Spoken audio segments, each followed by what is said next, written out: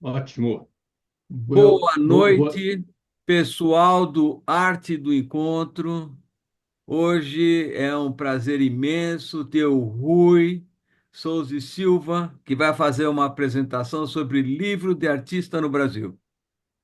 Rui, se apresenta rapidinho, que pode ter gente que não te conhece, e toca em frente. Obrigado, hein? Grande abraço. O Obrigado. Ari vai seguir na coordenação dos trabalhos de hoje. Grande Tá abraço. certo. Obrigado, Wagner. Olha, eu sou Rui Souza e Silva. Como muitos, eu fiz Dante Alighieri, depois eu fiz engenharia na FEI, também depois fiz mestrado nos Estados Unidos e trabalhei na indústria muito tempo. Hoje sou consultor.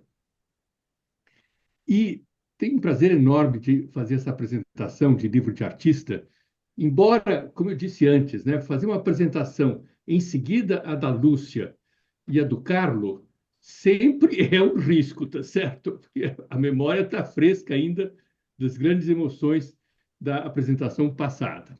Mas I'll do my best. Uh, Próxima, Ari.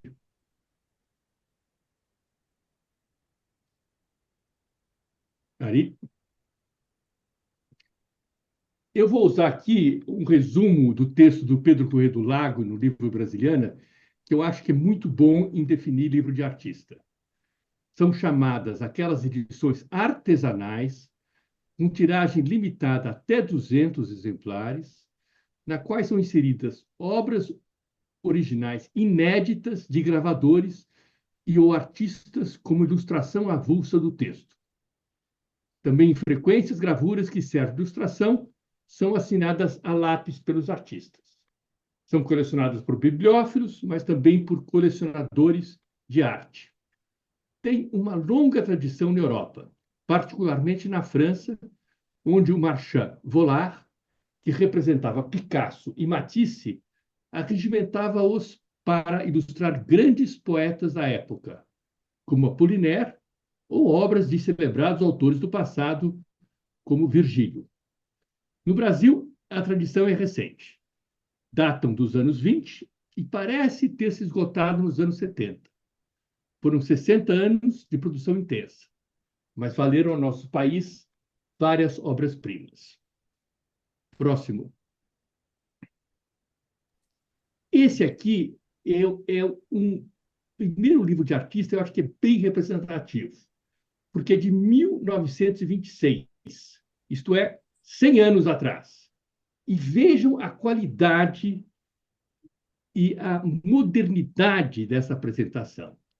Quer dizer, o Ronald Carvalho escreveu os Jogos Pueris e Nicola de Garo e os ilustrou com essas figuras que eu acho espetaculares, porque isso é 1926, tá certo?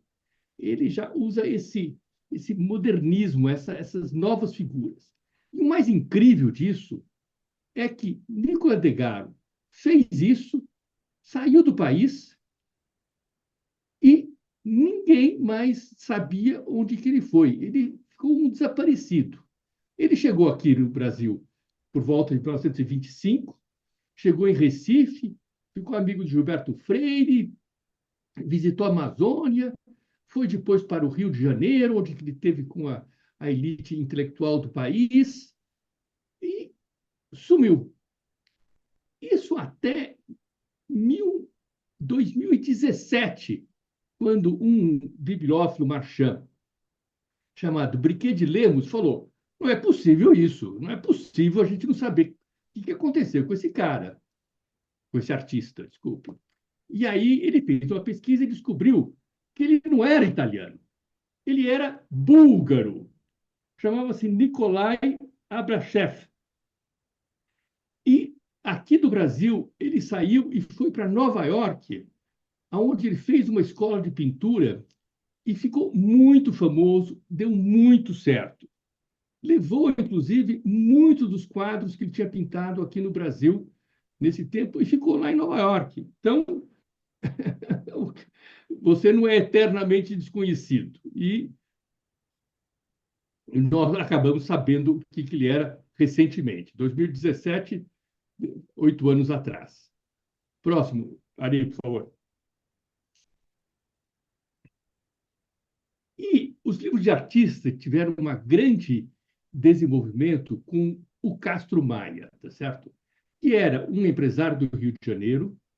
Ele fazia aquela cera carioca, que era a Parquetina do Rio, tá certo? Vamos deixar assim. Tinha morado na França, onde ele pegou esse hábito dos 100 bibliófilos, que na França tinha muito, e fez essa sociedade aqui no Brasil, juntando um grupo seleto de personalidades da época. Nobres, ele convidou a família imperial, inclusive para ser presidente do grupo, intelectuais, empresários, figuras da sociedade, e acabou reunindo muita gente de São Paulo. E a grande estruturada que ele deu foi que as pessoas subscreviam esses livros. Obrigatoriamente, eles tinham que subscrever. Então, quando ele produzia, eles já estavam todos interessados. Ele numerava, então os livros eram numerados para cada um dos subscritores, número 1, 2, 5, tudo isso, todos. E ele fazia o lançamento do livro num jantar no Country Club do Rio, lá em Ipanema. Vocês podem imaginar, né? Quer dizer, um jantar que ele caprichava no cardápio. Então, quando ele fez Macunaíma, ele fez pato a tucupi e outro inhamume de não sei das quantas. Então, ele publicava os cardápios. E ele tinha um ele era aquela pessoa, sabe aquela pessoa caprichosa que fazia tudo nos mínimos detalhes. E nesses jantares, no fim, ele leiloava provas, outros desenhos, gravuras não utilizadas para arrecadar fundos para a sociedade, e as pessoas que compravam acabavam colocando essas obras, outras peças, dentro das encadernações. Então, eles falavam aquilo que o francês fala, eles trufavam os seus exemplares. E isso foi, assim, um primor. E quando você resolve fazer os 100 bibliófilos do Brasil, o primeiro livro, o que você faz? Você pega o livro mais famoso. Quem era? Memórias Póstumas de Brás Cubas. E aí você pega o artista mais famoso na época. Quem era? Portinari. Ele juntou os dois e publicou o primeiro livro, que eu peço para o Ari virar a Memórias Póstumas, Cândido Portinari, e aí está uma das 6 gravuras que o Cândido Portinari fez para isso. Agora, o Portinari ele não estava muito envolvido na história. Então, as gravuras deles não têm aquela qualidade, aquela coisa fantástica dela. Essa é o Beijo, o nome dela. Mas ficou um pouco a desejar, o que mostra que quando você não tem motivação, não sai uma obra boa, certo? Próxima, por favor. A seguinte, não podia deixar de ser Castro Alves, o poeta dos escravizados, Espumas Flutuantes, e ele convidou Santa Rosa, que era um artista do Rio de Janeiro, que andava muito naqueles círculos, e fez essas gravuras, uma delas está aí, que confesso, todas são mais ou menos iguais, que eu confesso que até hoje eu não consegui entender o que ele queria com essa gravura em espumas flutuantes, certo? Próxima, por. Aí chegamos àquilo que eu acho que é uma das obras-primas dessa série. Afonso Arinos, Pelo Sertão, e ilustrado pelo Lívio Abramo. O Lívio Abramo fez esses desenhos todos em seda, maravilhosos, tá certo? E, sabe, esse estava super motivado, ficou uma coisa linda. Para mim, é o mais bonito de todos esses volumes. Eu queria... Ari, a próxima, por favor. Aqui, o último conto, que é Pedro Barqueiro, é a história de um caboclo lá de Minas Gerais, que ele vai atrás de caçar, pegar um escravo, escravizado, fugitivo, que acaba e ele consegue pegar enganando, mas quando ele volta para casa, ele faz a comemoração e ele volta, tá andando, saindo da comemoração, do jantar que ele tomou lá todas, aí ele chega na rua e aparece, salta na frente dele o Pedro Barqueiro, que tinha fugido da onde que ele tinha estava amarrado. E aí o Afonso Arinos fala que descreve dizendo que ele aparecia como um anjo arcanjo na minha frente. E aí essa fotografia da esquerda, eu acho assim maravilhosa, como vocês veem abaixo, todas assinadas, tá certo? Numeradas. Essa é o exemplar um. E eu quero mostrar depois como é que o Castro Maia entregava esses livros. A próxima, por favor. Está vendo à esquerda? Esse aí, ele entregava em caixas para encadernar. Esse aí, vocês veem à esquerda, exemplar número um, que era para o ilustríssimo senhor Dom Pedro de Orleans e Bragança. Eu acabei comprando, a família imperial acaba vendendo todas as coisas. E olhem à direita, que tinha esse colofão, que ele explicava com detalhe como é que vinham as coisas, de onde que veio, quantas as gravuras, quem eram os gráficos que fizeram, qual era a editora, que era Lanzara, a gráfica que fez a produção. Uma preciosidade, tá certo? Próximo, por favor. O outro, em 49, Caçador de Esmeraldas, Olavo Bilac, com Eurico Bianco. Vocês reparem o olhar até meio desesperançado do Fernão Dias Pais, que o Eurico Bianco consegue colocar nessa gravura. Próxima. Aí a gente chega em Euclides da Cunha, Canudos, o Poti, e eu acho outra coisa fantástica, quer dizer, ele é como se ele fosse um fotógrafo moderno hoje, que tira a fotografia de trás do palco, mostrando o conselheiro, Antônio Conselheiro, ali pregando na frente daqueles jagunços e pobres, coitados que estavam ali, e ele de sandália, de costas. Eu acho assim, espetacular essa imagem que o Poti fez. Próxima. Chegamos em Macunaíma, né? Mar de Andrade, Caribé ilustrou. Bom, só algumas palavras, né? O livro Macunaíma foi um escândalo quando foi feito. Foi feito em 1924, tá certo? Ele foi considerado, na época, pornográfico, imoral, ilegível. As críticas que saíram na época foram assim contundentes, tá certo? O João Ribeiro falava: se Macunaíma fosse de um livro de estreia, o autor nos causaria pena, como a de um próximo hóspede manicômio, tá certo? E Cândido Mota falou: este livro não agradou a minha sensibilidade, muito educada, talvez dos velhos preceitos culturais. Eu acho que ele foi necessariamente honesto na análise. Cristão de Ataúde, o Alceu de Moroso Lima, nem poema, nem epopeia. Eu diria antes, um coquetel. Bom, muito criticado, meteram o pau no Mar de Andrade, e ele, na verdade, outro dia o Dr. Mindley me disse, ele só recuperou, ele só foi consagrado quando a Portela, em 1955, fez o Macunaíma, o samba enredo deles, tá certo? Mas é aí que está, e o Caribé foi felicíssimo nesses desenhos bem assim diferentes, tá certo? Próximo, por favor. Ah, Manuel Bandeira Passárgada, tá certo? Vou embora para Passárgada, lá eu sou amigo do rei. O Aldemir Martins ilustrou, fantástico. O poema do Manuel Bandeira é algo, sabe, que por si só já fala tudo. Próxima. Poronduba Amazonense. Aqui também eu vou me estender um pouco, porque eu acho que o Barbosa Rodrigues é esquecido por todos nós.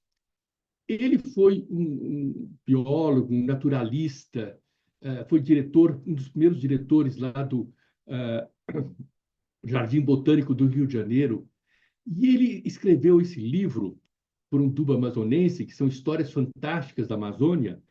Ele escreveu esse livro em Nhangandu, com a tradução nas entrelinhas para português. São 59 narrativas indígenas, tá certo? Eu acho, sabe, ninguém mais fala nisso. Os indígenas têm a Copa 30 lá em Belém e tal, mas não, ele fez um trabalho espetacular. Ele analisou toda a linguagem dos indígenas, fez um outro trabalho maravilhoso sobre isso. E se você perguntar num grupo de pessoas, ninguém sabe quem é. Então, eu acho que é um esquecido. E eu vou mostrar, próximo, por favor, aí. Então, tá vendo? Ele fez todas vamos dizer, as lendas, as fantasias dos indígenas. Esse é o Manguari e o Sonho. E quem que não sonhou já que estava sendo engolido por um peixe ou uma baleia, tá certo? Próximo, por favor. Caderno de João, Aníbal Machado, gravuras do Babinski, Aníbal Machado, grande educador, e o Babinski fez uma fantasia completa dos livros. Aí nós estamos já numa fase, 62, bem modernista da gravura brasileira. Próximo. De Cavalcante, Morte e a Morte Quincas Berro d'Água, de Jorge Amado, tá certo? É um livro grande, tá certo? Como sempre são as coisas de Cavalcante, e 6 gravuras espetaculares ilustrando esse conto do Jorge Amado. Próximo. Não poderia faltar, né? João Guimarães Rosa, Campo Geral, ilustrações da Djanira. Ela também inovou. Vocês reparem que cada um dos artistas colocava uma forma diferente de fazer ilustração, quer dizer, isso que era uma coisa fantástica. Ele não seguia nenhum padrão. Cada um colocava um estilo dentro do seu estilo. A Djanira, nesse caso, pintou com 3 cores. É fantástico essa série, tá certo? Próximo, Jorge de Lima, poeta alagoano, As Aparições, e o Eduardo Suede realmente vai para o lado fantasmagórico, tá certo? 66. Próximo, por favor. Não podíamos faltar, né? Cícero Dias, ilustrando Augusto Frederico Schmidt, O Ciclo da Moura. É um poema meio erótico, muito bonito, do Friedrich Schmidt, e que o Cícero Dias foi muito feliz em ilustrar, tá certo? Fazendo todos esses sonhos, esses desenhos meio circulares. Próximo,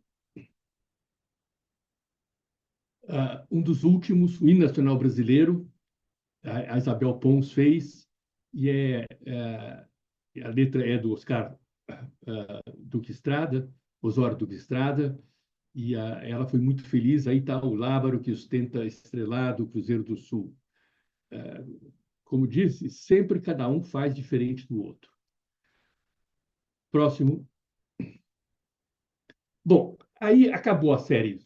Eu peguei os principais do Castro Maia e a gente entra numa segunda série. A segunda série foi feita por Júlio Pacello. E eu vou ler essa descrição que o Mindlin fala, que eu achei, ele foi muito feliz nessa descrição. Júlio Pacello, um homem alto, magro, tímido, tão silencioso quanto loquaz. Pouca vontade de terno e gravata. Há muitos anos prematuramente envelhecido. Com saúde precária, mas não dando importância à doença. Aparentando muito mais idade do que tinha. Esfuziante de ideias e de planos.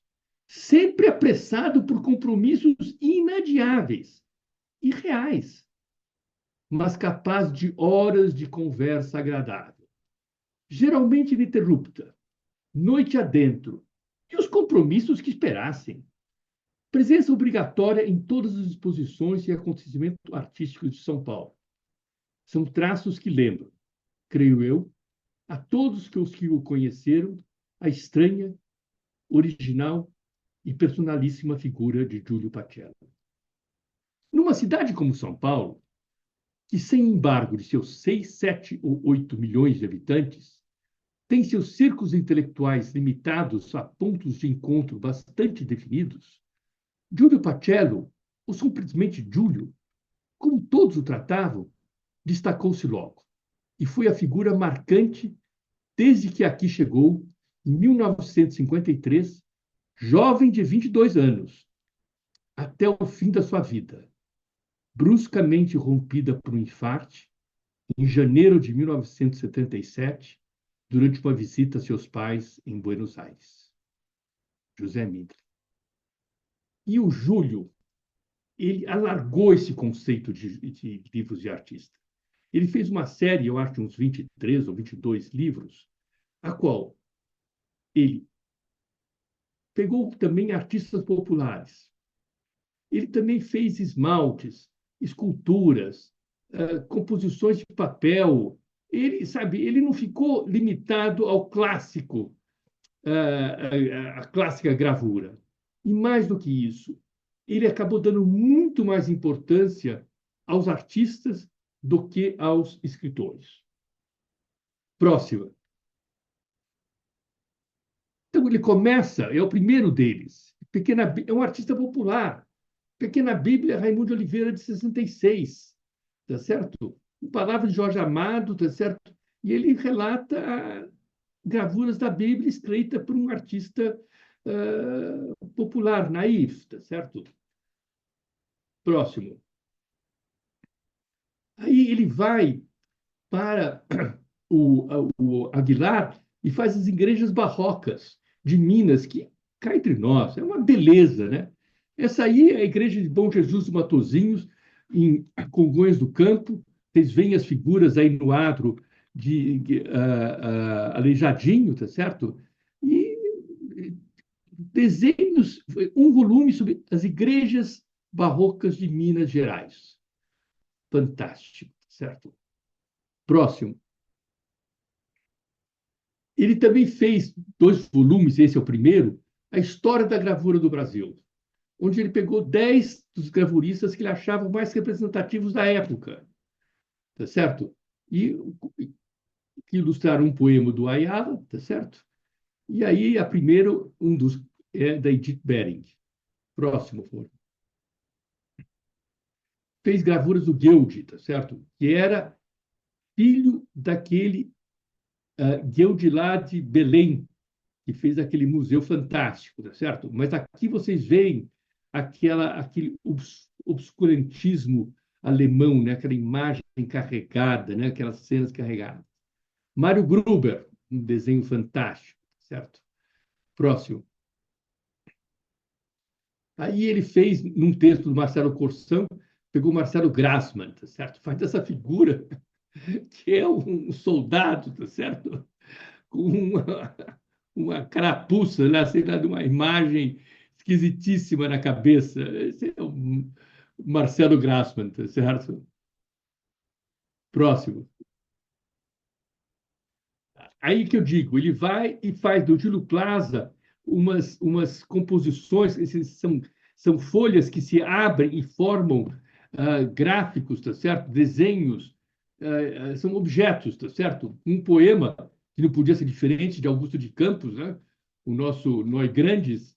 Então, é absolutamente fantástica essa abertura que o Júlio Pacella faz para outras formas artísticas.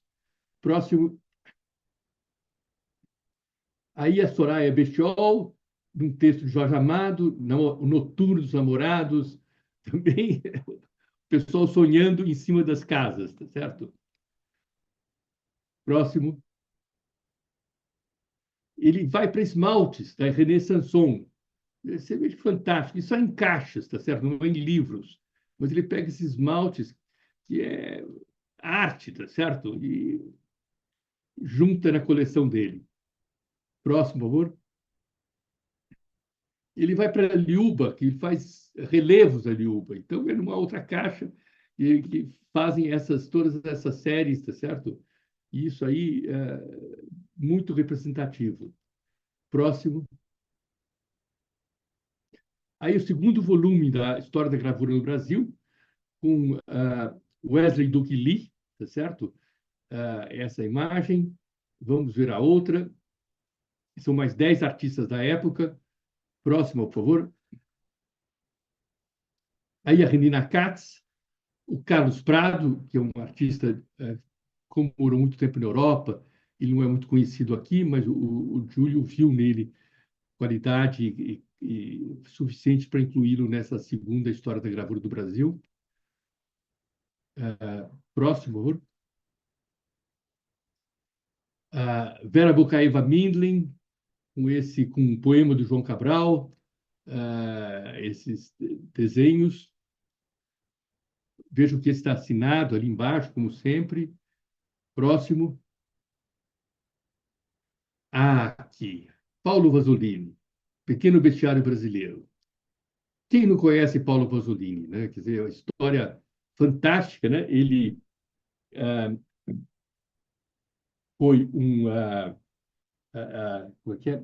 Heptologista, formado em medicina, foi estudar répteis, fez o tratado sobre heptologia, tá certo? Em Harvard, com outro professor. A teoria dele até hoje como teoria mãe nessa área, tá certo? Expandiu para burro o Museu de Zoologia da USP, com, sei lá, milhares mais de exemplares do que ele conheceu. E, além disso, ele fazia samba, tá certo? Então, ele fez ronda, ele fez volta por cima, tá certo?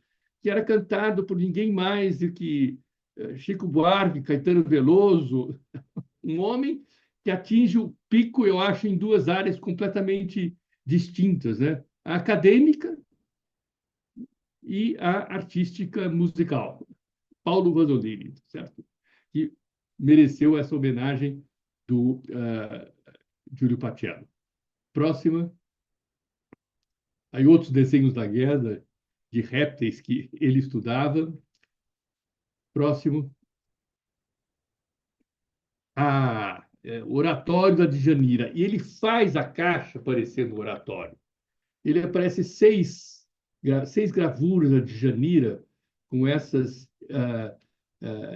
que ficam dentro dessa caixa. É uma coisa espetacular, tá certo? É uma obra de arte, certo? Próximo,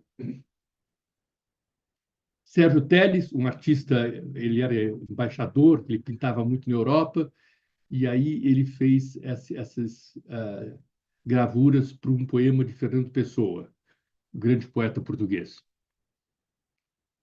todas assinadas. E foi impresso em Buenos Aires, porque ele estava servindo lá em Buenos Aires. Próximo, um dos últimos, né, uma série gaúcha, texto de Joaquim Cardoso e o Scliar, o Moacir Scliar, e aí faz, eu acho, com uma precisão incrível, uma Carlos carroça. Scliar, Rui. Obrigado, Ivan. Moacir é o escritor, né? É, Exatamente. desculpe. Não, não, fez bem. Vale interromper, viu? Aqui está aberto tudo. Carlos Scliar, essa carroça, essa biga, tá certo? Com esse arreio em cima, tá certo? Jogado e essa faca embaixo, as esporas. Uma composição lindíssima. Próximo. Não, volta, volta, volta, volta. E aí, Flávio de Carvalho. Opa, Flávio de Carvalho. Volta, volta, volta, volta, volta. Mais, mais, mais. Ali, por favor. Aí, outra, outra. Para. Flávio de Carvalho. Então, vamos ficar nessa gravura. É, é, é, típico dele, aqueles desenhos dele, lembra? Os desenhos que ele fez à morte da minha mãe, agora os desenhos dele todos estilizados, essas mulheres. Flávio de Carvalho, um grande artista que foi o último trabalho do Júlio Pacello. Terminamos a série. Agora eu vou pegar alguns esparsos livros de artistas que eu acho muito representativos dessa classe. Por favor, próximo. Antes disso, aqui a minha filha, quando psicanalista, quando for ver, fala: pai, você se traiu que você é engenheiro, nesse quadro. O que eu fiz, tá certo? Eu falei, bom, eram duas pessoas distintas, né? Em épocas diferentes, que quase não se conheceram. Castro Maia e Júlio Pacello. Fizeram 48 artistas. Quantos desses são iguais nas duas? E apenas 4. Eu acho fantástico, né? Porque eles pegaram os artistas da época deles, tá certo? Então, como eles eram de épocas diferentes, tem muito pouca superposição. Então, esses são todos os artistas que aparecem nessas duas coleções. Próximo, por favor. Esse de 1923, tá certo? O Vitor Rego Monteiro estava em Paris e ele ilustrou esse Legendas, Crenças e Talismãs dos Índios da Amazônia. Uma coisa lindíssima, lindíssima, lindíssima. Eles fizeram, a imprensa oficial do Estado de São Paulo fez um facsímile disso aí, que está maravilhoso também, mas e uma coisa, quer dizer, também tem 100 anos e super atual, certo? É a questão da Amazônia e suas lendas e crenças. Próximo. E eu mostro duas figuras que eu acho extrema. É Vitor Rego Monteiro, tá certo? Não é um artista qualquer. E que ele faz esses desenhos todos ilustrando essas histórias. Próximo. Aí Raul Bopp, com seu Cobre Honorato, que é o famoso livro dele, e com madeiras do Guild, tá certo? Oswald Guild. E aí são todas são gravuras impressas em madeira que contam a história da nossa selva. Próxima. A Flexor, ilustrações do Flexor, esse Mondalvo, que é um lugar lá perto da Romanha, e ele ilustrou um livro do Sérgio Millet. E o Flexor, uma qualidade incrível, ele fez desenhos, tá certo?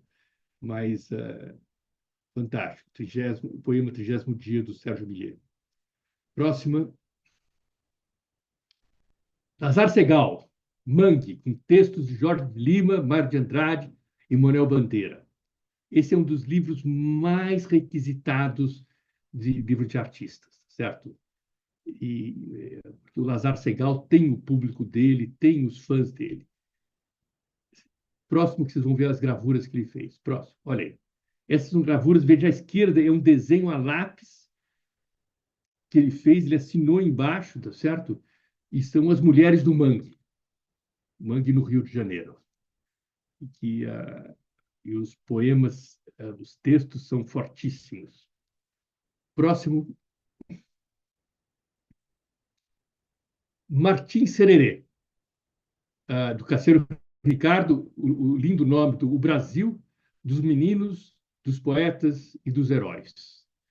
E também foi Goethe que ilustrou, e é muito bonito, tá certo? Todas gravuras em madeira e são assinadas tanto pelo Cassiano Ricardo como pelo Goethe. Próximo. Bom, aqui o Castro Maia deu uma segunda chance para o Portinari. E em 48, já no final dos seus trabalhos, ele deu para o Portinari ilustrar o famoso conto do Machado de Assis, O Alienista. E nesse eu acho que o Cândido Portinari fez mostrando quem ele era, tá certo? Acho que são 6 ou 7 gravuras espetaculares, e essa que você vê o alienado aí, tá certo? Nessa imagem. Então, Castro Maia fez isso aí quase como um presente de aniversário, que ele fez uma tiragem especial que ele fez para dar para as pessoas. O meu, em particular, que eu comprei no leilão, é dedicado por ele ao Manuel Bandeira. E aí, sabe, quer dizer, para nós bibliófilos, isso tem um valor especialíssimo, tá certo? Você pega um livro, Machado de Assis, com gravuras assinadas por Portinari, e ainda dedicado manuscritamente ao Manuel Bandeira, é tudo que a gente quer, tá certo? Próximo. Murilo Mendes, na Europa, ele morou muitos anos em Roma, da Itália, e em contato, ele fez com o Picabia e fez, que ilustrou os livros dele, o livro Janela do Caos, o famoso livro da Janela do Caos. Então, ficou um livro de artista, de um escritor brasileiro, mas ilustrado por um artista francês. Que é o mesmo caso, próximo, desse aqui, do João Cabral de Melo, que quando estava servindo em Barcelona, teve contato com o Juan Miró, e o Juan Miró ilustrou os poemas dele, tá certo? O João Cabral. E aí estão os desenhos dele. Também o João Cabral fazia mais do que artesanal, ele fazia super artesanal os livros dele. Então, esse aí eu acho que tem 30 cópias, tá certo? É muito raro. Ele imprimia cada uma das folhas, fazia encadernação. João Cabral era uma pessoa fantástica, né, nesse sentido de produção pessoal, né? Sim. Próximo, por favor. Ah, de Cavalcante, ilustrando poemas de Carlos Drummond de Andrade. Sete flores, que são sete mulheres, certo? Que acho que hoje não seria tão bem aceito assim, tá certo? Pela crítica. Mas eu confesso a vocês que faltou um pouco de inspiração, tanto para Drummond, que esbanja talento, como para de Cavalcante, idem e bidem, tá certo? Mas é um livro de artista que eu achei importante colocar aqui, por ser bastante raro também. Vamos. Próximo. O Rio, da Faia Osterwehr, do João Cabral, que conta a história do Rio Capiberibe, da cidade do Rio de Janeiro.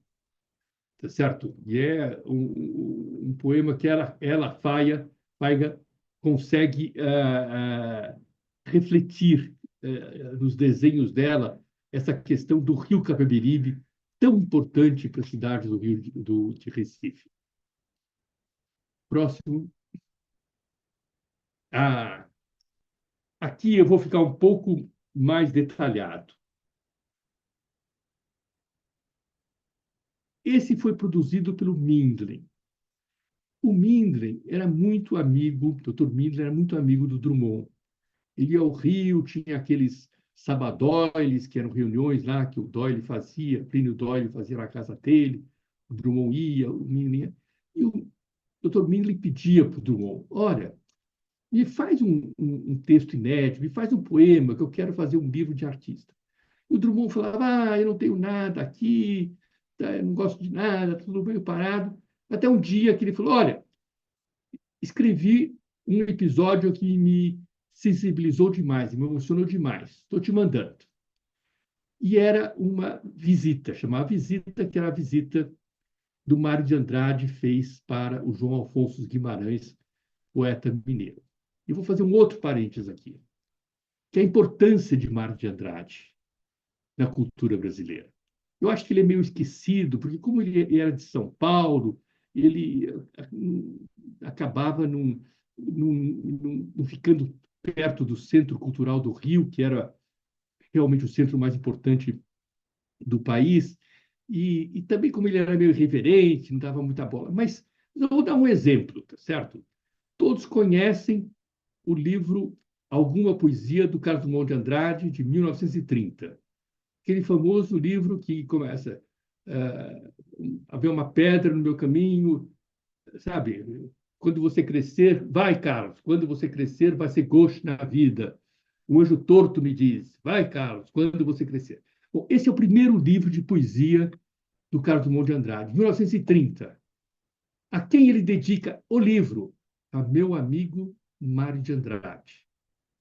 Mário de Andrade escrevia, tinha contato com todos os artistas, com todos os escritores brasileiros, ele fez compêndios, ele fez tratados musicais importantíssimos, quer dizer, a história, o compêndio da música popular brasileira.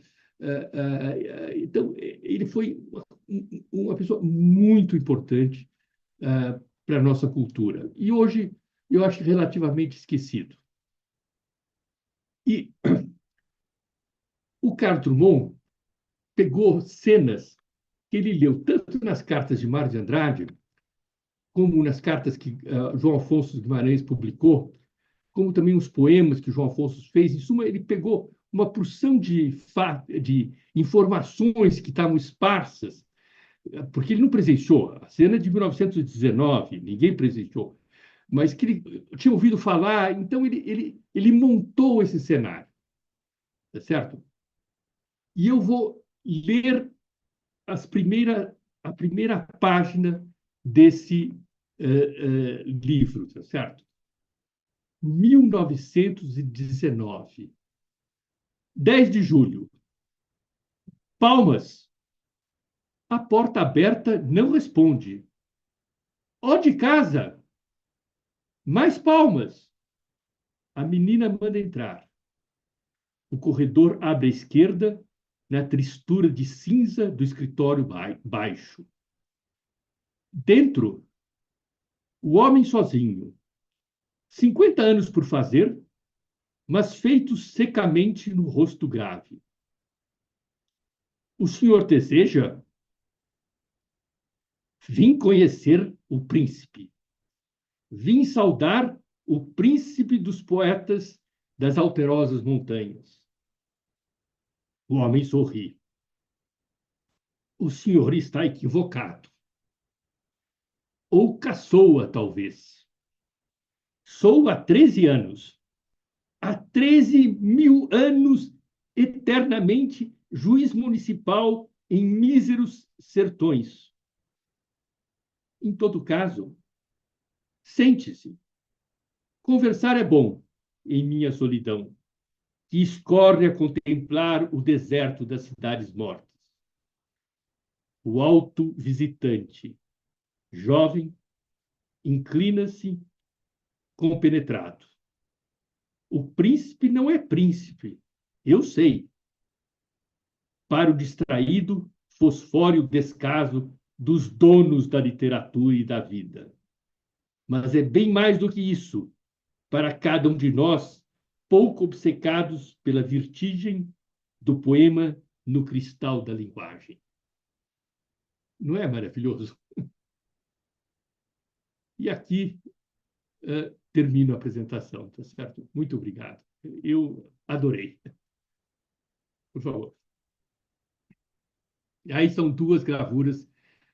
Só terminando, Marinha Berziliak, que foi escolhida para fazer a arte, primeiro foi a Renina Katz, o Mineral Conta, o Dr. Mineral Conta, depois ela não quis, ela não, achava que não sabia fazer, aí pegaram a Maureen e levaram ela para Ouro Preto. E ela ficou olhando aquelas igrejas barrocas e falava, Dr. Mindlin, mas isso aqui não tem nada de João Afonso Guimarães, nada de... Não dá. Aí ela falou, olha, o que é Minas? Minas são pedras. Então, eu vou fazer macrofotografias das pedras de Belo Horizonte, das pedras de Ouro Preto. E com essas macrofotografias, ela ilustrou com 6 esse livro que conta essa visita de Mário de Andrade para João Afonso Guimarães em 1919. É isso, caríssimos. Muito interessante.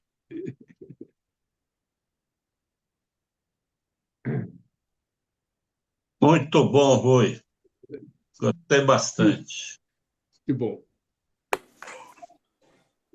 Ivan, sua Excelente, crítica. Ivan. Muito bom. Muito interessante. E Ô, Rui, atualmente não tem mais desses livros? Não, não tem. O pessoal já não está mais fazendo, porque, sabe, eles são artesanais. eh, eu acho que os artistas. Tinha que ter um certo patrocinador, né? Essas coisas acaba sempre sendo importante de ter aquele mecenas, aquele patrocínio, aquele pessoal que puxa. E essas pessoas acabaram desaparecendo, né?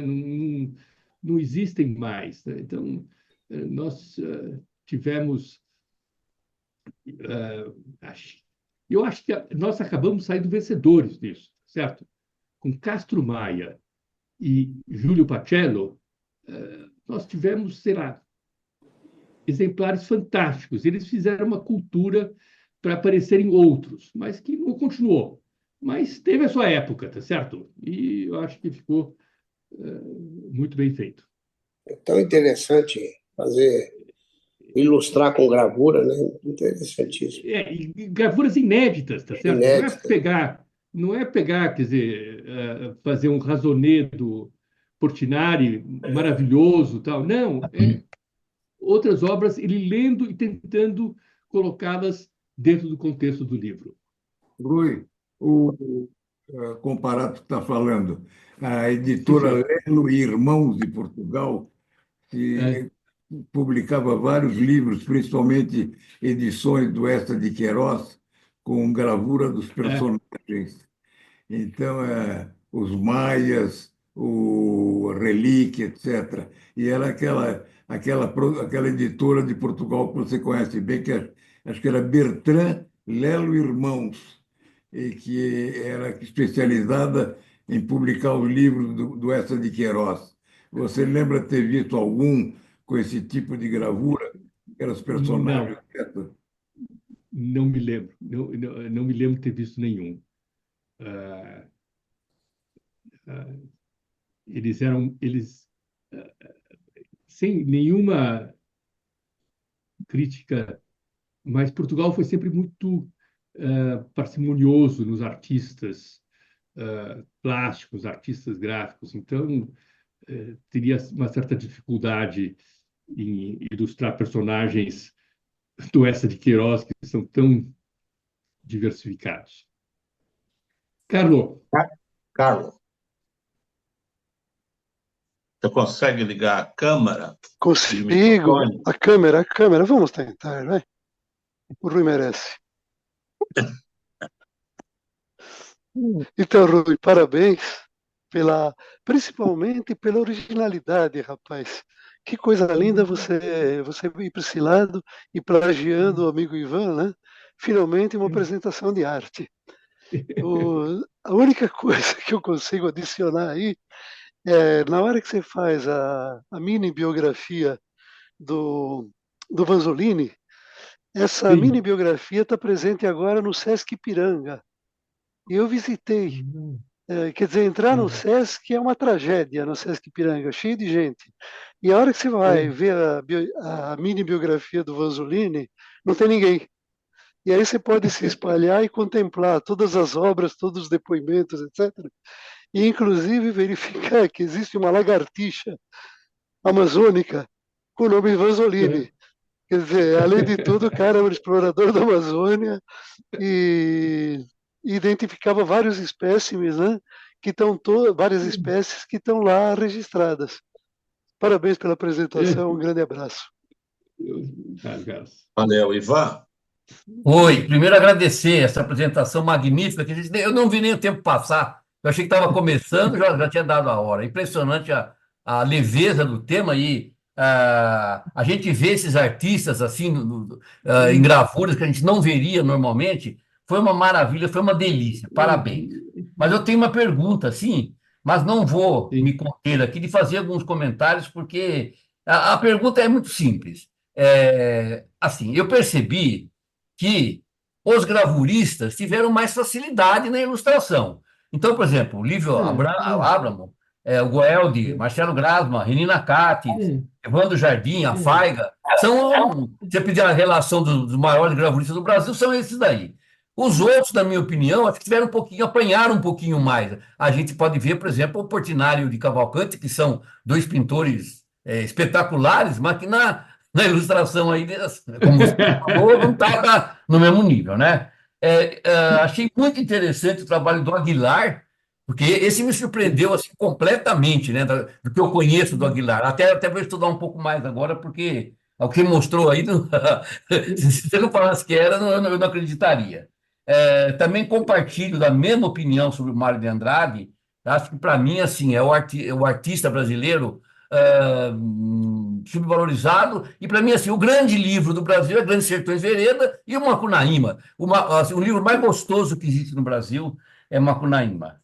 Então, minha pergunta é isso daí. Então, você acha. E também, lembrando do Darel, que você mostrou aí várias vezes, Darel, depois, já no final de carreira, ele ilustrava Playboy, né? Inclusive, eu tentei um leilão, Rui, que eu perdi umas mulheres, assim, também desenhadas, assim, no sofá, tal. Uma coisa de louco, de bonita. E saiu muito barato, apenas eu tinha um compromisso inadiável, eu não pude participar no leilão naquele dia, senão não teria deixado passar. Você vê que é um dos 4 que está nas 2 listas, né? Então, minha pergunta é essa. Primeiro, agradecer a você. Então, você acha que quem já tinha traquejo na gravura, automaticamente se saiu melhor? Essa é a pergunta. Obrigado. Sem dúvida, Ivan. Eu nem não tinha reparado nisso, mas você tem toda a razão. Tá certo? É aquela história, né? Experiência vale, né? Background vale. Não dá para você comprar na mercearia, tá certo? Ou você traz ou você não traz. E quem tinha mais traquejo em gravuras, quem eram gravuristas profissionais, acabaram saindo muito mais fáceis em tudo. Deixa eu fazer uma complementação aqui. O que você mostrou da Djanira também me superou as expectativas, tá? A gente tem assim uma espécie de julgamento interno, né? Como é que fala? Uma espécie de um ranking assim que você tem do pintor, né? Assim, do pintor, do artista, do ator. A gente automaticamente sempre baliza alguma coisa. E os 2 trabalhos que você mostrou da Djanira são fantásticos. Eu nunca vi coisa nesse nível da Djanira, tá? Pô, é lógico que a falha é sempre minha, né? Que quem mandou não ver. Mas eu digo assim, mas realmente tem coisas aí que são assim, realmente muito fora de série, não? Parabéns, viu? Você tem toda a razão. A Djanira, ela, sabe, e é o livro inteiro assim, tá certo? Tanto o oratório como o campo geral é inteirinho. Ela aparece muito mais. É inacreditável como certos cenários permitem que a artista se desenvolva e se transforme numa coisa fantástica. Roberto, você vai falar ou não vai falar? Ari, primeiro os mais velhos, pode falar. Não, primeiro os mais inteligentes. Fala você. Bom, então tá bom. Não, primeiro, Rui, eu queria te dar os parabéns. Realmente um negócio fantástico. Eu não conhecia praticamente nada daquilo que você falou. Foi um negócio muito, muito interessante. Agora, quer dizer, um negócio meio fora do foco, mas eu só por curiosidade. Uma obra dessa, em média, quanto custa num leilão hoje?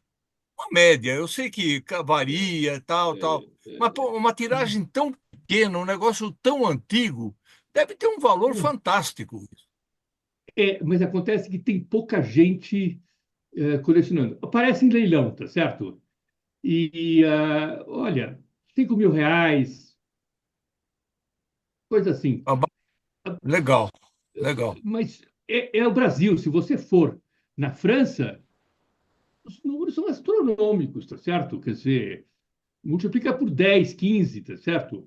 Porque o francês, ele realmente valoriza essas coisas. Aqui no Brasil, não tem comprador, tá certo? E você sabe que o mercado define oferta e demanda, né? Claro. Tem pouca oferta, tá certo? Demanda menor ainda. Agora, Rui, só uma observação. Eu acredito que nesses livrinhos de literatura do cordel deva existir alguns artistas que passam por desapercebidos. Será que não? Eu tenho olhado uma vez num bloco do cordel. Sabe que não me sensibilizou? Eu também tinha essa impressão, tá certo? Que lá devia ter algum artista escondido, mas não achei. Pode ser que tenha, mas eu Sim. não vi.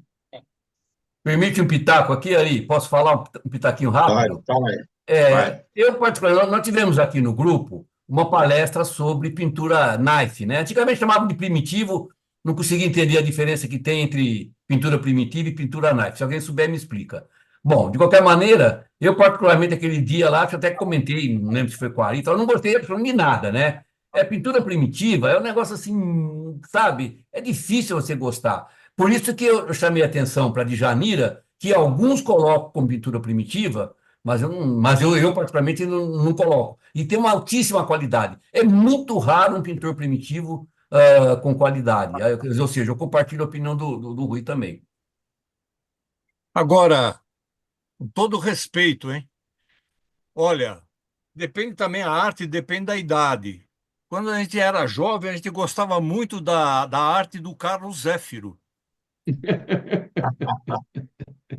É outro Era artista. bom. Ô, Rui, Tudo depende da minha vez, época, né? Roberto, já passou a sua vez, agora sou eu. Pode falar. Rui, parabéns, gostei muito, realmente muito bonitas essas gravuras, fiquei muito impressionado. Agora, eu queria fazer uma pergunta assim, de curiosidade. Esses livros são seus? Alguns são seus? São livros públicos? De onde você tirou essas gravuras, essas Da minha coleção ilustrações? aqui, da minha coleção, da minha estante aqui, tá certo? Ah, são todos livros seus. Da minha coleção. E como é a conservação, Rui, desses livros? Olha, tem que só ter cuidado para não ter sol. E umidade controla com uma coisa simples. Hoje em dia, está fácil conservar. Eu acho que porque muitos ambientes têm ar-condicionado que tira a umidade, tá certo? Então, eu tenho feito.